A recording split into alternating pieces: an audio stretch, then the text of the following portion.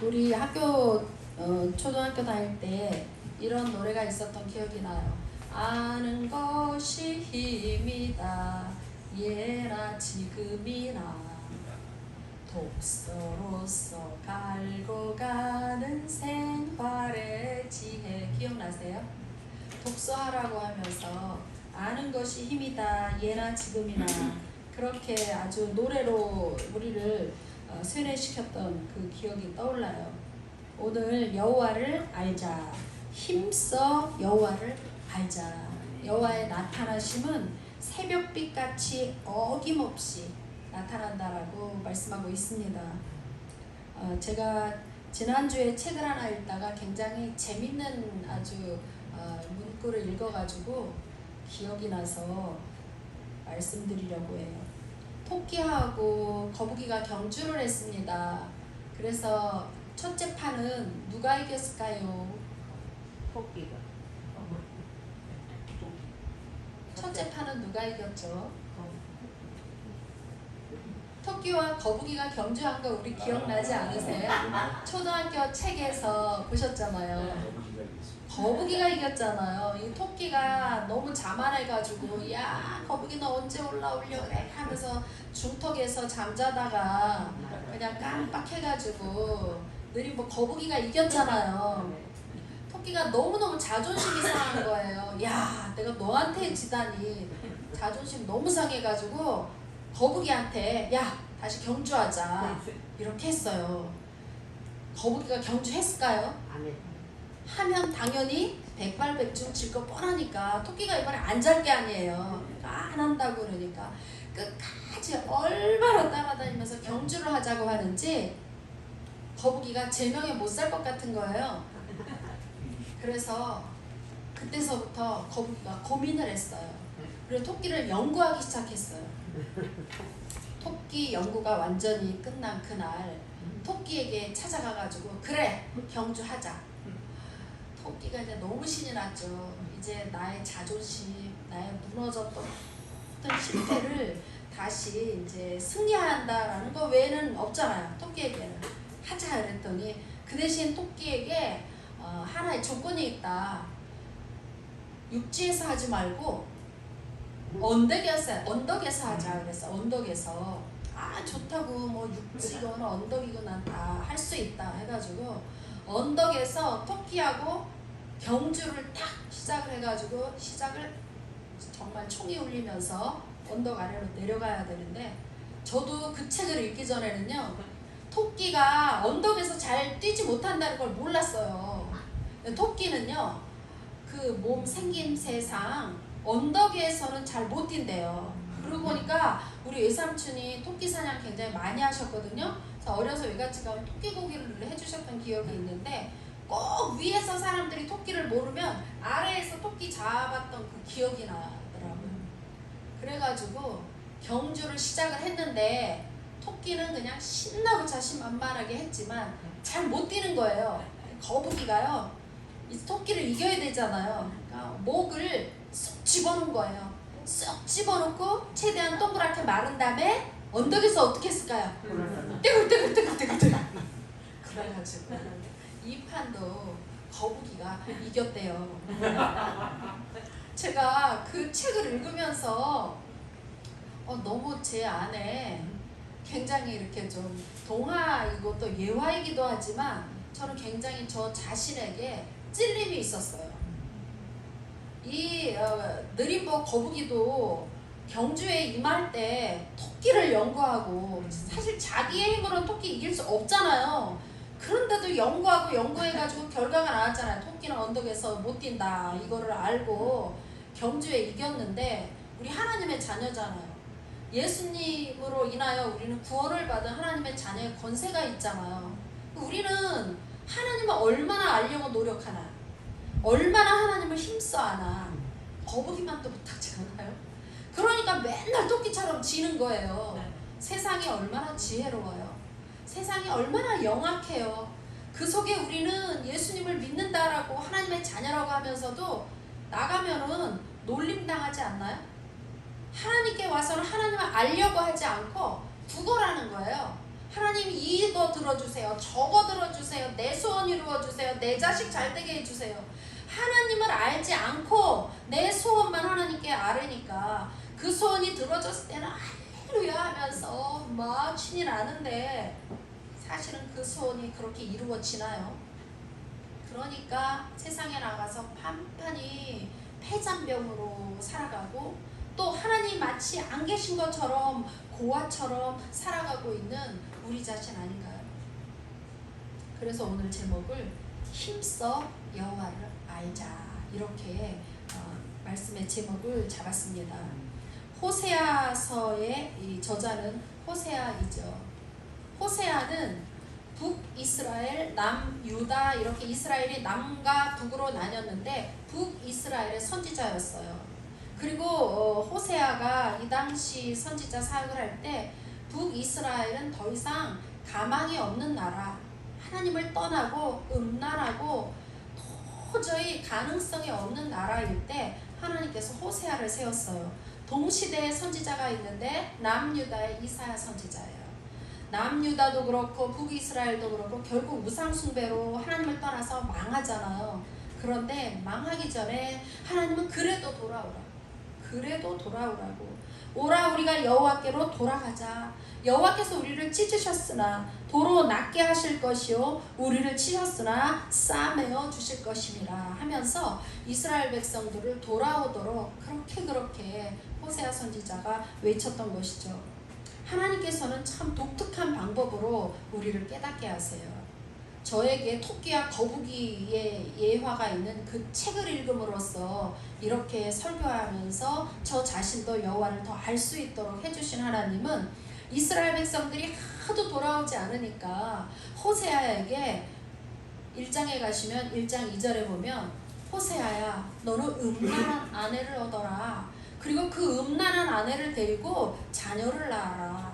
그리고 그 음란한 아내가 아들을 낳고 딸을 낳고 아들을 낳고 집에 참신하게 정착을 하나 했더니 또 남편의 품을 떠나서 음란한 짓을 하려고 도망을 가요. 그런데 하나님은 그 아내를 또 값을 주고 사서 데려오라 그래요. 안 온다고 발버둥을 치는데 그 아내를 달래서 몸값을 지불하고 다시 돌아오게 하라고. 그러면서 하나님께서 마치 호세아의 아내가 그 신실한 선지자였던 호세아 남편을 저버리고 세상으로 나가서 또 죄를 먹고 마시고 하나님도 잃어버리고 남편도 저버리고 살지만 그러나 그를 포기하지 않고 호세아를 통하여서 돌아오라고 하고 아름다운 가정을 회복시키려는 그 하나님의 사랑을 이스라엘 백성들에게 알려주기 원하시죠. 하나님은 오늘도 예배하는 우리들에게 우리가 하나님을 더 알기 원하고 하나님을 알기 전에 나의 현주소, 내가 믿음을 가지고 하나님의 자녀라고 하지만 나의 현주소를 보게 하세요. 우리의 현주소를 볼 수 있는 때가 언제인지 아세요? 좋은 때는 잘 안 봐요. 절대 좋을 때는요 우리가 우리 자신을 돌아볼 기회를 갖지 않아요. 그런데 반대로 고난의 때, 어려움을 당할 때, 갈등의 때, 돈이나 어떤 상황에 문제가 생겼을 때 그때는 우리가 더 나아가지 못하죠. 멈춰서게 되죠. 멈춰서서 왜 나에게 이런 일이 있을까를 돌아볼 기회를 갖게 됩니다. 그래서 오늘 우리가 우리를 이 말씀을 통해서 점검을 해보는 시간을 가졌으면 좋겠어요. 하나님을 힘써 알자 그랬는데 하나님 하면 어떤 단어가 떠오르세요?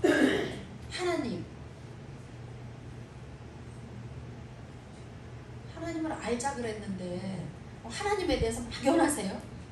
옆집 아저씨 같으세요? 제가 질문하는 게 너무 어려우세요? 하나님 하면 어떤 게 떠올라요? 하나님 예, 여러 답이 나오는데 오늘 제가 말씀 전하고자 하는 것은 사랑입니다. 하나님은 창조주이시고 생명을 주신 분이시고 복을 주시는 하나님이시지만 그 근본이 하나님은 사랑이세요. 하나님은 사랑이시죠. 성경을 보면 사랑에 대해서 하나님의 사랑에 대해서 기록을 했는데 성경이 이 신약 성경이 그리스어로 쓰여져 있었어요. 그래서 그리스어에서 말하는 사랑, 우리나라는 사랑하면은 뭐 한 가지 단어로 그냥 사랑하고 다 사랑을 포함하잖아요. 뭐 엄마의 사랑, 부부의 사랑, 또 자녀의 사랑, 하나님의 사랑, 사랑이란 단어로 하나로 이렇게 표시하는데 이 그리스어 언어가 계속 고급 언어였다라는 걸 우리가 성경을 읽으면 알 수 있는데 사랑을 구분해 놨어요. 그래서 하나님의 사랑을 아가페 사랑이라 그래요. 아가페 사랑은 무조건적인 사랑. 우리나라 그 트로트 중에 제가 갑자기 떠오르는 게 사랑은 무조건이야 라는 그런 노래 있었던 거예요. 무조건이야 그거 제가 되게 좋아했어요. 가요 싫어하는데도 그 무조건이라는 사랑은 너무 좋더라고요. 그리고 이제 하나님의 무조건적인 사랑이 아가페고 또 친구와 친구 이런 사랑을 필레오의 사랑이라 그러고 또 뭐 연인들의 사랑을 에로스라 그러죠. 근데 저는 오늘 사랑을 아가페 사랑과 필레오의 사랑 두 가지만 한번 이렇게 나눠보고자 해요. 필레오 사랑이라는 것은 친구와 친구의 사랑이기도 하지만 이웃과 이웃의 사랑이기도 해요. 이 사랑은요 아가페 사랑과 정반대예요. 아가페 사랑이 무조건적인 사랑이잖아요. 필레오의 사랑은 조건적인 사랑. 조건적인 사랑.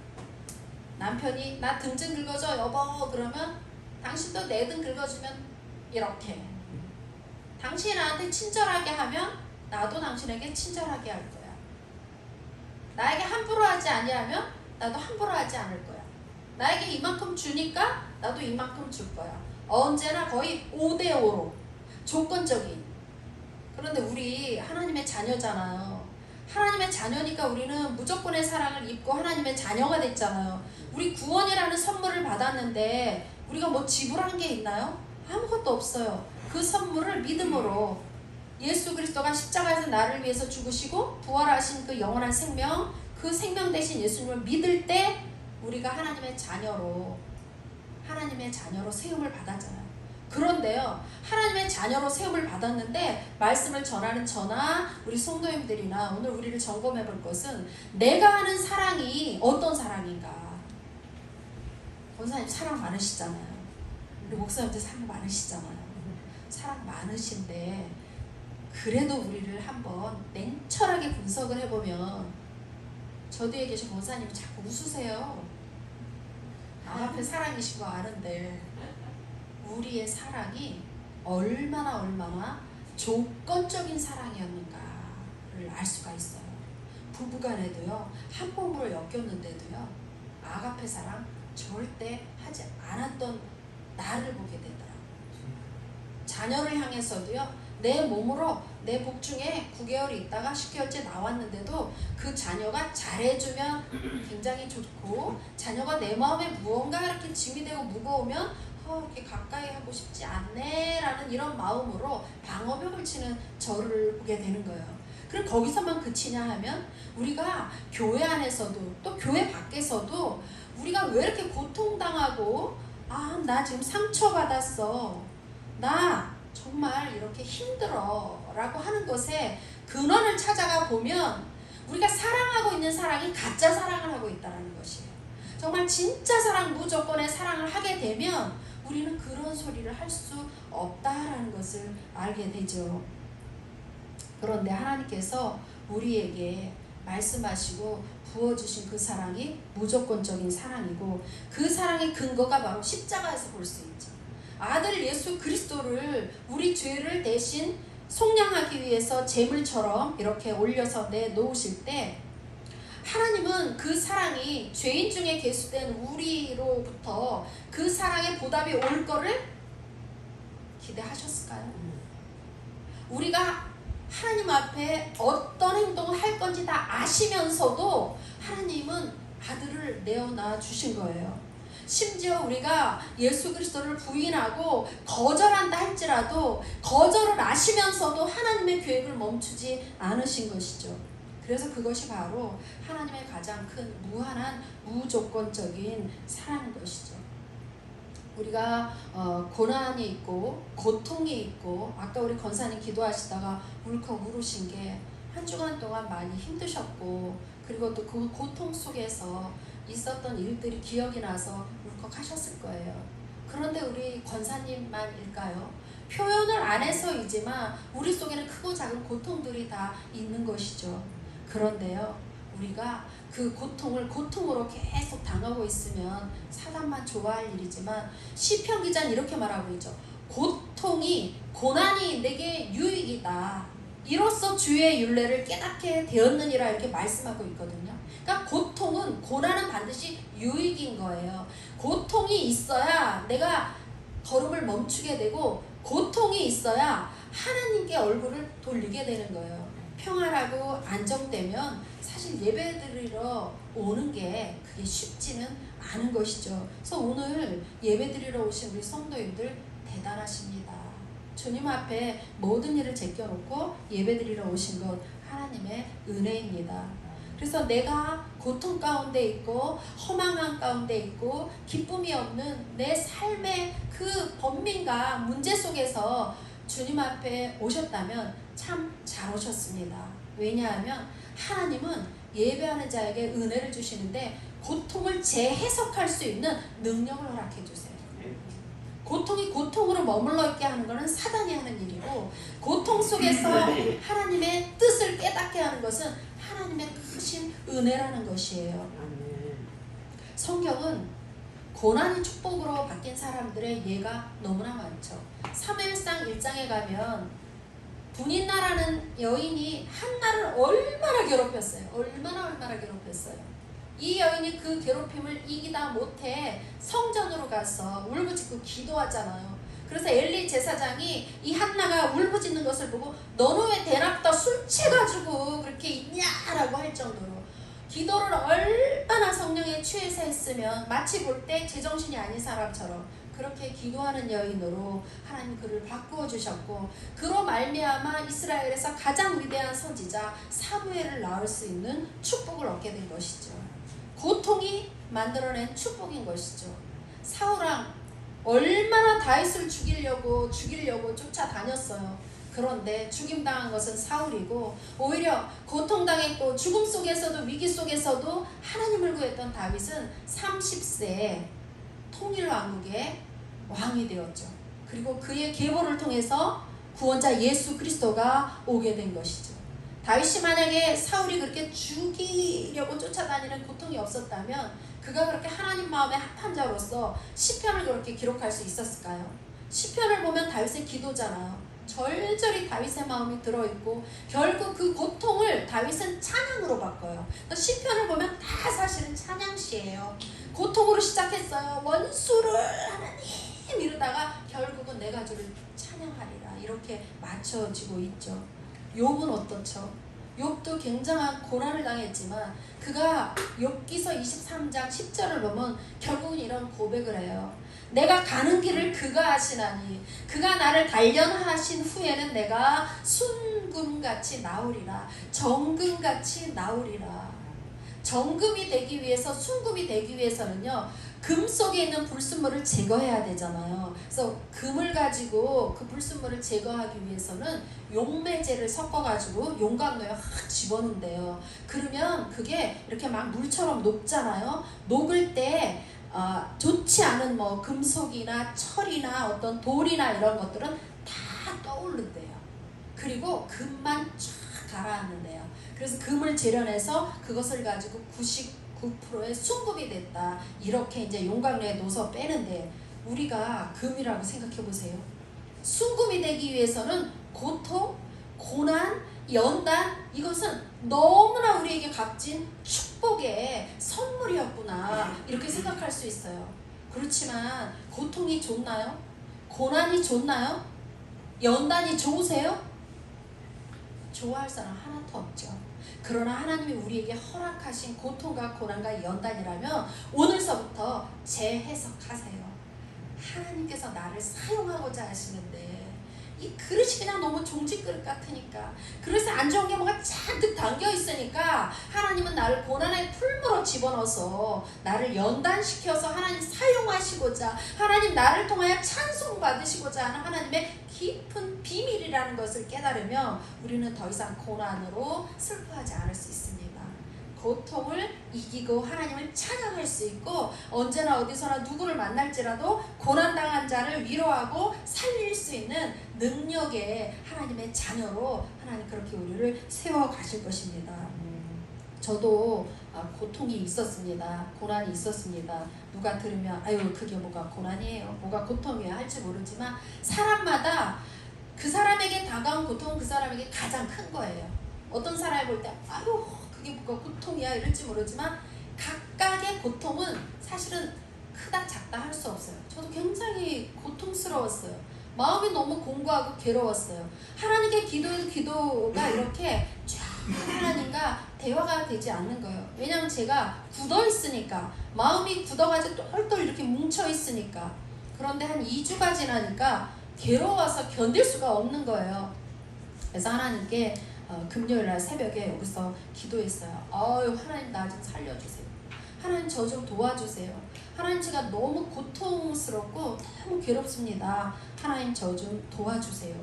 그랬는데 그때 하나님께서 저에게 깨닫게 해주신 게, 알려주신 게 2가지가 있었어요. 그것이 뭐냐 하면 여호와를 내가 잘 알기 원한다라는 오늘 호세아의 이 말씀이었습니다. 여호와를 알자, 힘써 여호와를 알자. 제가 하나님을 깊이 알면 알수록 고통 속에서도 제가 고통의 늪으로 빠지지 않고 하나님을 알으니까 다니엘처럼 요셉처럼 똘똘 일어나서 그럼에도 불구하고 하나님께 감사기도 하고 찬양하고 하나님이 계획한 길을 갔을 게 아니에요. 제가 계속 하나님을 묵상하기보다 저를 묵상하고 환경을 묵상하니까 제가 계속 정말 천국의 자녀가 아니라 지옥의 자녀로 점점 뒷걸음질 치고 어둠 가운데 빠졌던 저를 본 것이죠. 그래서 제가 하나님께서 저에게 깨달음을 주시기를 너 몇 살이냐 이 마음 주셨어요. 제가 하나님 제가 올해 61세예요. 너 그동안 성경 얼마나 읽었니? 우리가 하나님을 알기 위해서 성경 읽어야 되잖아요. 너 성경 얼마나 읽었니? 하는데 하나님 앞에 자랑스럽게 말씀드릴 수가 없더라고요. 하나님 내 과거의 잘못에 그렇게 끄집어내가지고 막 비틀어가지고 너 그때 왜 그래서 이러지 않으시는 너무나 좋으신 하나님이세요. 우리 사람하고 좀 다르시잖아요. 사람들은 과거 거 절대 안 잊어먹고 요거 끄집어내고 저거 끄집어내서 3종 세트 탁 맞춰가지고 공격 이러잖아요. 하나님은 그렇게 하나님 앞에 부끄럽고 부족하고 하나님 말씀 취하로 묵상하지 못한 저에게 시편 1편을 보게 하시더라고요. 복 있는 사람은 어떤 사람이니? 악인의 꾀를 쫓지 않고 죄인의 길에 서지 않고 오만한 자의 자리에 앉지 아니하고 오직 여호와의 율법을 주야로 묵상하는 자로다. 저는 시냇가 심은 나무가 그 시절을 쫓아 과실을 맺으며 그 잎사귀가 마르지 아니한 같이 그 행사가 다 형통하리로다. 이 말씀을 저에게 주시는 거예요. 그러면 너 지금 곤고하고 고통 가운데 너 지옥 같은 마음이라 그랬지? 너 지금 복 있는 자의 자리에 앉아있지 않은 것, 결국 주의하러 주의 말씀 묵상하지 아니하였기 때문에 형통의 복을 누리지 못하는 것 아냐. 이 말씀을 저에게 주시더라고요. 그래서 제가 그 자리에서 결심했어요. 제가 얼마나 의지가 약한지. 우리 장로님은 의지하면 대한민국이 1등이고 저는 의지하면 대한민국에서 꼴등이에요. 그러니까 부부를 꼭 반대로 만나는 것 같아요. 그래서 제가 하나님 저 아시죠?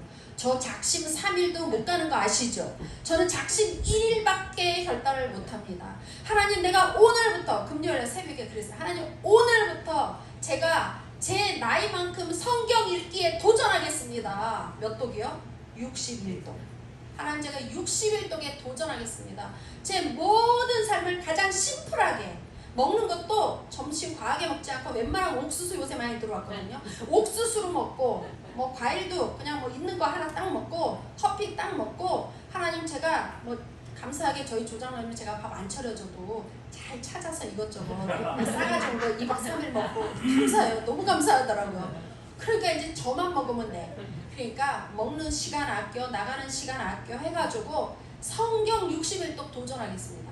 그리고 제가 이걸 누군가 공포해야 되겠더라고요. 가족 카톡막에 얼른 보냈어요. 엄마가 오늘부터 성경 61독에 도전한다 그랬더니 우리 막내가 바로 카톡 해가지고 엄마 언제까지 하실 거예요? 이렇게 왔어요. 얘는 지금 시작한다는데 뭐 언제 맞춰요가 뭔 말이야 하고서 야 나 엄마가 오늘 시작했어요. 그러니까 엄마는 12월 말일까지 하실 거예요? 얘가 무슨 사람을 잡나? 무슨 12월 말일까지인가 싶은데 그래도 아들이 그렇게 질문했으니까 저도 또 답변을 잘해야 될 것 같아서 마치는 날은 알 수 없지만 내가 오늘부터 하여튼 성경 읽을 거야 이렇게 했어요.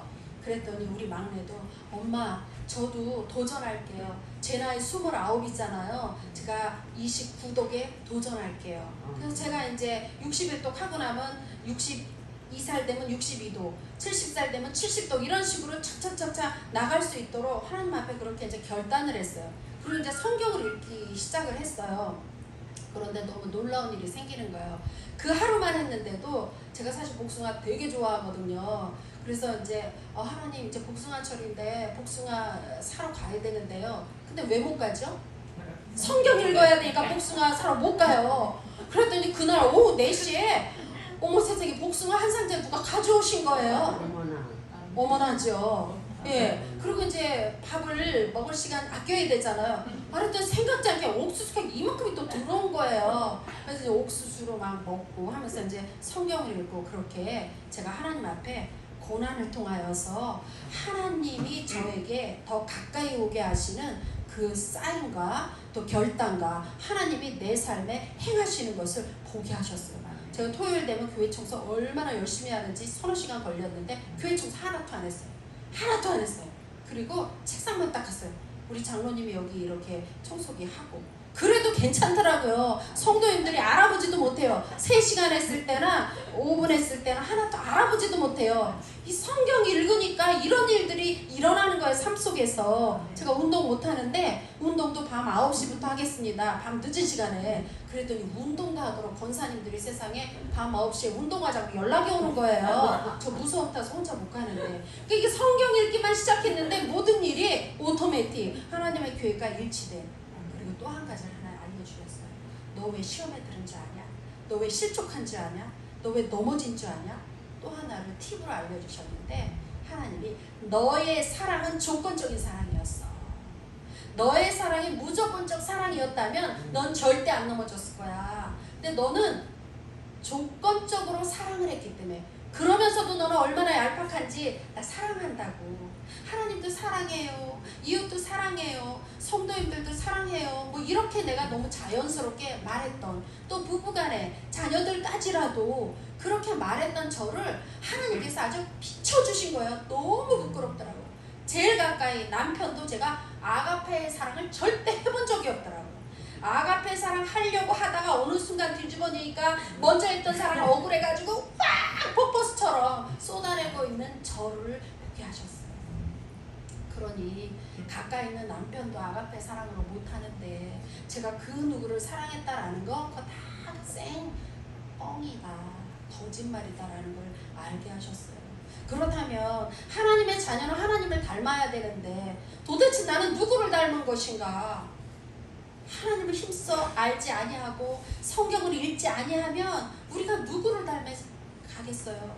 죄는요, 먼지는요, 노력 안 해도 쌓여요. 먼지 그냥 쌓이죠. 죄 짓고 싶지 않아도 그냥 놔두면 죄만 묻어와요. 그런데 우리가 이제는 죄에서 벗어나 하나님의 자녀로 부름받았잖아요. 그래서 제가 그렇게 하나님 앞에 기도하다가 하나님께서 성경을 읽게 하셨고 그리고 네 사랑이 현주소가 그렇게 얄팍한 조건적인 사랑이었어. 그러니까 너 사람들을 향해서 또 가족을 향해서 너 자신을 향해서 그렇게 얼마나 안타깝게 너 살았니 하는 그 마음을 주시더라고요. 그리고 하나님께서 계속적으로 보너스를 주셨습니다. 마가복음 14장 38절 보면 시험에 들지 않게 깨어있어 기도하라. 정말 깨어있지 못한 오늘 목사님 찬양 중에도 깨어있으라는 거 범사에 감사하라, 항상 기뻐하라, 쉬지 말고 기도하라, 깨어있으라는 찬양 막 서두부터 하셨잖아요. 그리고 주기도문에 우리 주기도문 얼마나 많이 해요. 시험에 들지 않게 깨어있으라는, 시험에 들게 하지 마시옵고. 우리는 정말 하나님 앞에 기도하지 않았구나, 사랑하지 않았구나, 말씀 읽지 않았구나, 그러니까 세상에서 밟히고 이런 슬픈 인생을 우리가 가구처럼 고아처럼 마치 하나님이 안 계신 것처럼 살았구나. 저의 현주소를 보여주셨습니다. 그래서 오늘 우리는 다시 한번 믿음에 또 사랑에 도전을 했으면 좋겠습니다. 예수님이 베드로전서 2장 21절 베드로 사도를 통해서 이렇게 우리에게 권고하고 계십니다. 그리스도는 너희를 위하여 고난을 받으사 너희에게 본을 끼쳐 그 자취를 따라오게 하셨느니라. 그는 죄를 범하지 아니하시고 그 입에 거짓도 없으시며 욕을 당하시되 맞대어 욕하지 아니하시고 고난을 당하시되 위협하지 아니하시고 오직 공의로 심판하시는 이에게 부탁하시며. 우리가 예수님을 향하여 돌 던질 것 다 아셨죠. 십자가 못 박을 거 다 아셨죠. 그리고 거절당하셨고 매 맞으셨고 뭔가 살 다 찢기셨는데, 그러나 예수님은 죄를 범하지 아니하셨고 욕을 당하셨을 때 맞대어 욕하지 않으셨고 고난 당하셨지만 그들을 위협하지 아니하셨고 오직 공의로 심판하시는 이에게 자신을 부탁하셨습니다. 오늘 우리는 사랑을 행하다가 멈춰 있지 않으세요? 그 사랑의 대가가 내가 원한 만큼 오지 않아서 나 이제 질렸어, 나 할 만큼 했어, 하나님한테도 막 불평하면서 하나님 더 이상 나에게 요구하지 마세요, 저 할 만큼 했다니까요, 이렇게 기도하지 않았나요? 그게 바로 저였거든요.